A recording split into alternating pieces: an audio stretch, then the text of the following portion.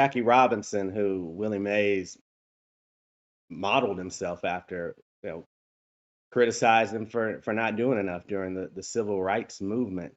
Um, how did Willie contribute to the civil rights movement?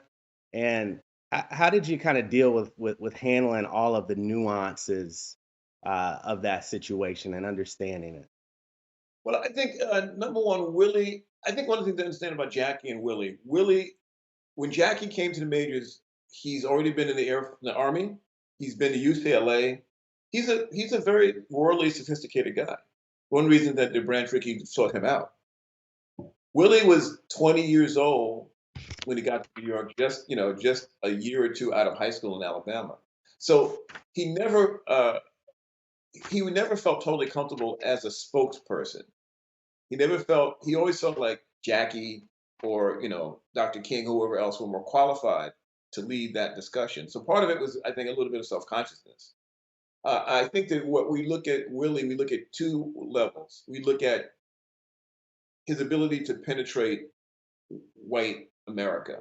And I mean that as a celebrity, I mean that as TV appearances, I mean that as a figure to be emulated by a generation of white fans for whom Jackie was the pioneer breakthrough, but Willie was the one who became the star at that next level, right? And then two is Willie as a mentor. One of the main threads of the documentary for me is this idea of mentorship. And it starts with Willie's father, with Willie Piper Davis of the Birmingham Black Barons.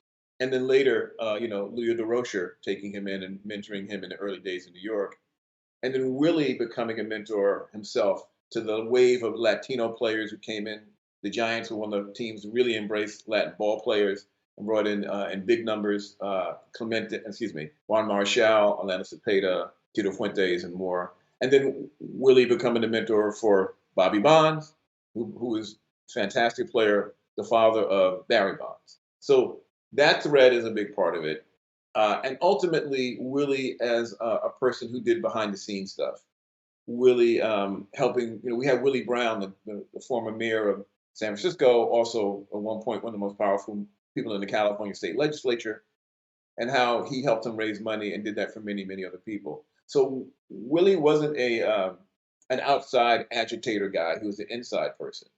I think something else to be pointed out, because we deal with Jackie's criticism and we deal with Willie's reply and the point of view of Barry Bonds and other people. I really wanted to make sure that we had that dialogue from a number of points of view. What is Black activism, and what are the ways in which it can manifest?